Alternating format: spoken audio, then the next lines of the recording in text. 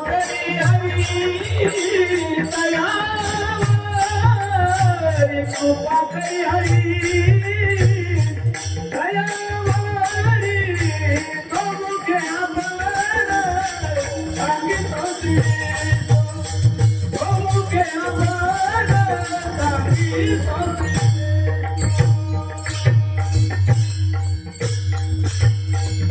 भाव धरून या वाचे ज्ञानेश्वरी कृपा करी हरी तयावरी. भाव धरून संसार केला की हरीची कृपा होते, भाव धरून अभ्यास केला की हरीची कृपा होते. म्हणजे यश येतं, पास होतं, नोकरी लागते.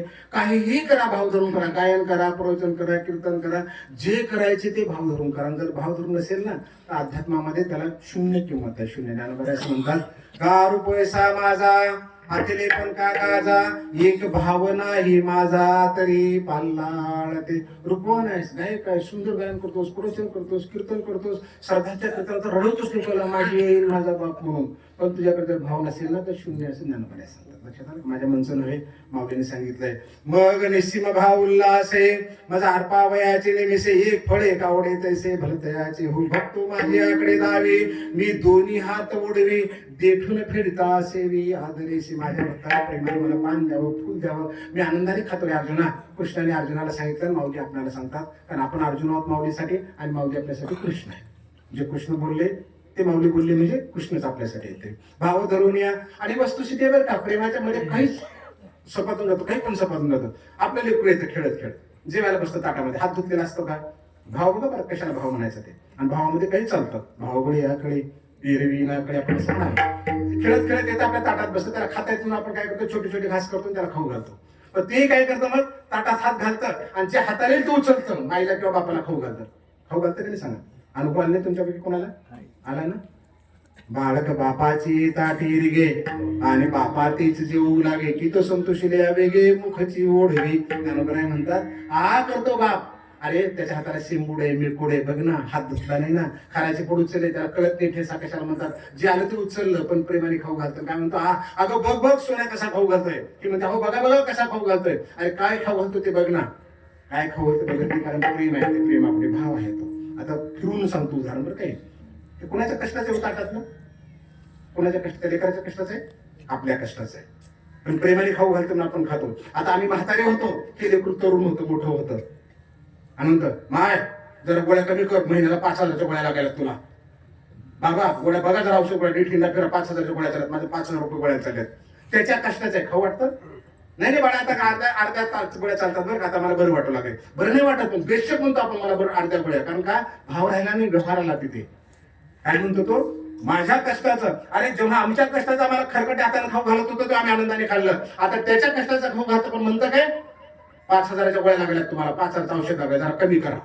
खाऊ वाटत नाही आपल्याला, लक्षात आलं? कारण भाव संपला तिथे. देवा काय देतो भगवंताला आपण? अहो कुबेर त्याचा भांडार पालाय, लक्ष्मी त्याच्या पायाजवळ आहे, त्याला काय म्हणून देणार आहात तुम्ही? पत्रम पुष्पम फलम तोयम यो मे भक्त्या प्रयचित. अरे पान दे, फुल दे, उळ दे, वाळा दे, पण कसं दे? अंतःकरणातून दे, प्रेमाने दे, मला दुसरं काही लागत नाही.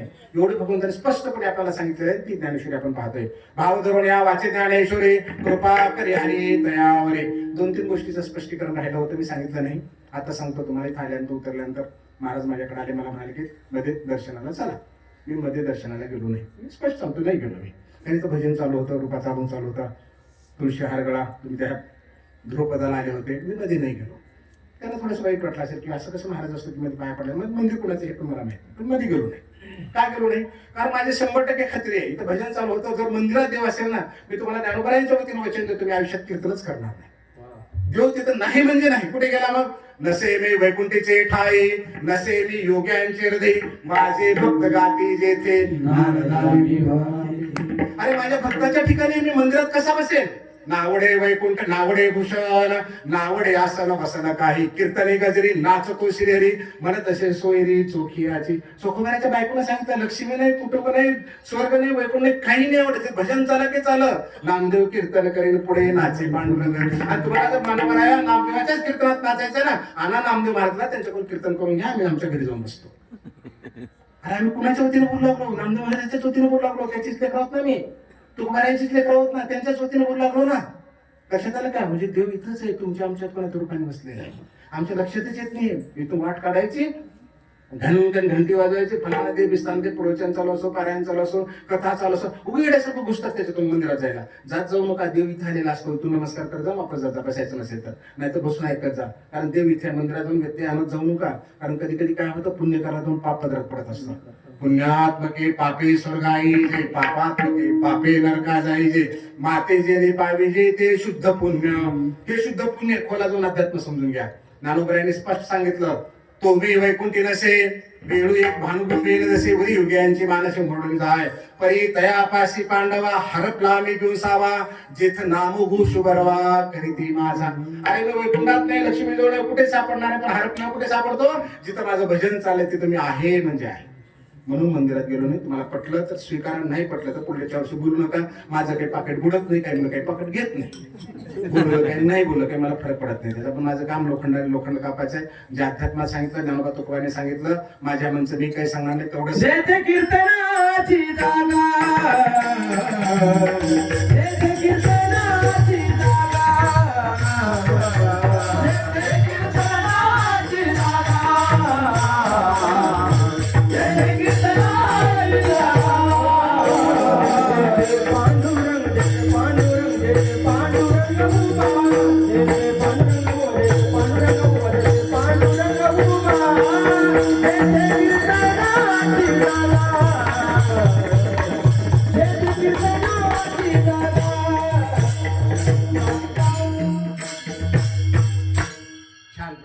जिथे कीर्तनाची जागा आहे, जिथे कीर्तन झाले. कीर्तन म्हणजे फक्त धोतर फेटा शर्ट घालणं नाही बरं का. कबीर महाराज सारखे कीर्तन करत जायचे. रामकृष्ण हरी म्हणणं ही कीर्तनच आहे, भजन कीर्तनाचाच भाग आहे. आम्हाला तर डोक्यात पक्क बसलंय, धोतर घातलं पाहिजे, फेटा पाहिजे, कमरेला बांधलं पाहिजे, मग त्याचं नाव कीर्तन नव्हे. चालता बोलता जे भजन करतो ते सुद्धा कीर्तनच आहे. सततम कीर्तन नवी अध्यामध्ये म्हणतात. सततम कीर्तन, सतत सतत कुठे जे बसाल, खाता पिता बसता उठता कुठेही कीर्तनच आहे. तुमच्या लेकराचा अभ्यास पण कुठे होऊ शकतो बरं करायचं ठरलं तर. बाथरूम मध्ये सुद्धा अभ्यास होतो, करावं लागतं. आता महाराज तुम्ही हसले, मी तुम्हालाच विचारतो प्रश्न.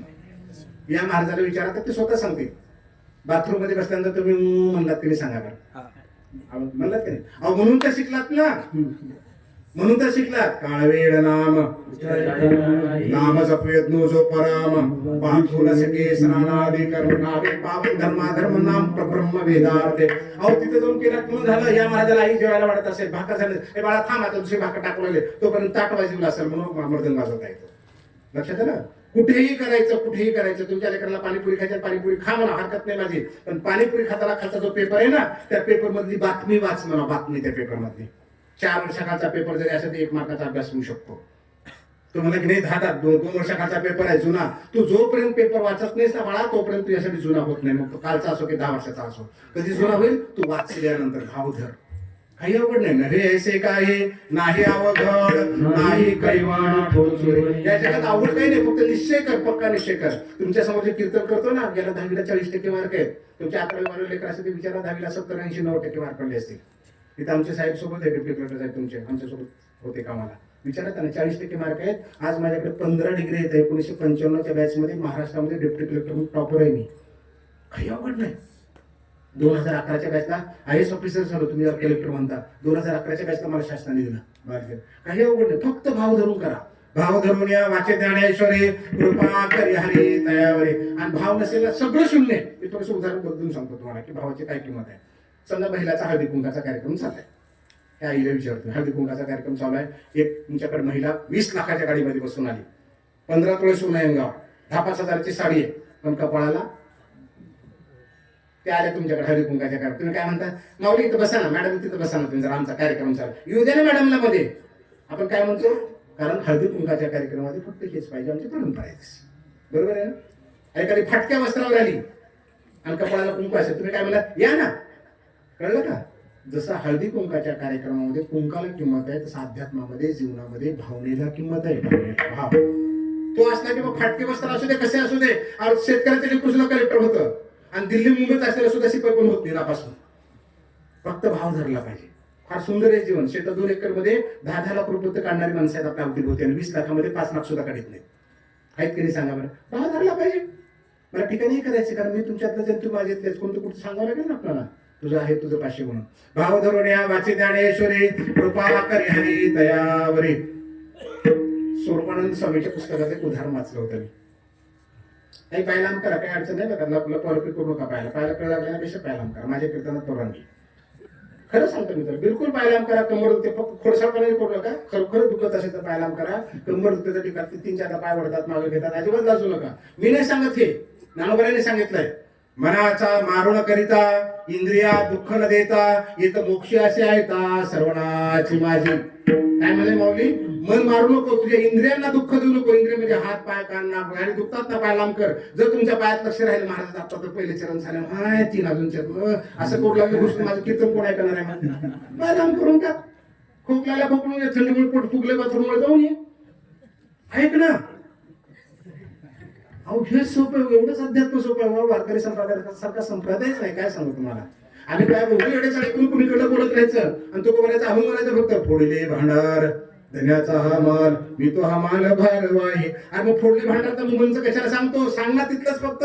लावला ना अनुभव, तो माझ्या टाकीला तुटतील, जे पाणी सोडून संपणारच नाही. हे तुट्ट्या आम्हाला लावतं स्वतःला. असं झाली तसं झाली, फराने गेली, कमरेच्या काच्या हासाच्या, त्या मोबाईल मध्ये तेच चालेल, टीव्ही मध्ये तेच चालेल, संसारात तेच चालेल. कसं सुधारणार आहे मी सांगा बरं? लक्षात आलं का? भाव धरून या वाचे ज्ञानेश्वरी कृपा करी हरी तयावरी. स्वरूपानंद स्वामीच्या पुस्तकात उदाहरण तुम्हाला सांगत होतो. त्याने अनेक शिष्य निर्माण झाले. त्यांच्याकडे खूप हिंदी भाषिक होते ते. त्यातले एक उदाहरण फार सुंदर आहे. ते म्हणतात, त्यांच्याकडे जवळपास 70 वर्षाचा वृद्ध शिष्य म्हणून आला. त्यांनी विचारलं, आता या वयात शिष्य येतो तुम्हाला? तुम्ही तर संन्यासी दिसताय, एवढी तपश्चर्या केली दिसताय. खरं सांगतो महाराज, म्हणजे एका बाईनं माझे डोळे उघडले आज, म्हणून तुमच्याकडे आलो. संध्याकाळ सकाळी डोळे उघडले, मी संध्याकाळी आलो. बरं कसं काय? काय झालं? एक बाई होती 25 वर्ष वयाची. तिचा नवरा सर्व्हिसला बाहेर संरक्षण खात्यामध्ये, सुट्टी मिळत नव्हती. 6-6 वर्ष लग्न झालं. 8-8 दिवस नवरा बायको एकमेकाला बोलत नव्हते. करवली नावाचा एक प्रकार होता, दोघांना भेटू देत नव्हता. बरेच काही प्रकार होते. मान मर्यादा आपल्या वेगळ्या प्रकारच्या होत्या पूर्वीच्या काळामध्ये. आमच्या लहानपणी होत्या त्या. आणि त्याचं पत्र आलं बायकोला, की फलाण्या दिवशी येतोय, सकाळी आपलं बसणं, आपल्या गावाच्या बाजूला बसवार्ता बसला येणार आहे. आणि लग्न झाल्यानंतर भेटच नव्हती, दोघांचं बोलणंच नव्हतं. ते पत्र एवढे खुश झाले, रात्रंदिवस त्या तारखेची वाट बघत होती. की सकाळच्या फुला दिवशी सकाळी सूर्य निघाले, बस येणार, त्या बसला माझा नवरा उतरणार आहे. ताट केलं, स्नान केलं, ताट वगैरे आरती वगैरे केली आणि भरधाव सुटली कोणाचं? नवऱ्याचं स्वागत करायला. कारण भाव तिचा नवऱ्याप्रती होता. दुसरं तिला काहीच कळत नव्हतं, फक्त नवरा म्हणजे नवरा, दुसऱ्या जगात काही दिसत नव्हतं. आणि त्याला भेटण्यासाठी, त्याच्या स्वागतासाठी निघाली. आणि त्याच रस्त्यामध्ये पूर्व दिशेला तोंड करून मी बसलो होतो. कोण सांगते ते? 70 वर्षाचा माणूस सांगतो स्वरूपानंद स्वामीला, की मी सूर्याकडे तपश्चर्याला बसलो होतो आणि ती बाई माझ्या बाजूला गेली. त्याच्या पायाची धूळ लागली असेल, खडा उडला असेल, माझ्या कमरेला लागला. आणि ती बाई पुढे गेली, ओरडलं त्याला, हे बाई तुला दिसतं का? ती बाई तशीच पुढे सुटली. पुन्हा म्हणाला, हे बाई तुला दिसतं का? मग ती बाई फिरून म्हणाली, महाराज आपण मला आवाज दिला? तर मी म्हणालो, हो तुला आवाज दिला, तुला दिसतं का? ती म्हणे, काय झालं? तुझी चप्पल लागली, मला खडा लागला तुझा. ती परत येऊन मला म्हणाले की महाराज क्षमा करा, मी एका नाशवंत देहाला भेटायला चालले. तोही नाशवंत आहे, मीही नाशवंत आहे. मला तुमची माझा चप्पल तुम्हाला लागली, धूळ उडाली, खडा लागला हे मला कळलं नाही. पण तुम्ही तर साक्षात भगवंताला भेटायला निघालात, पण तुम्हाला खडा लागलेला कसं काय कळला? कळलं?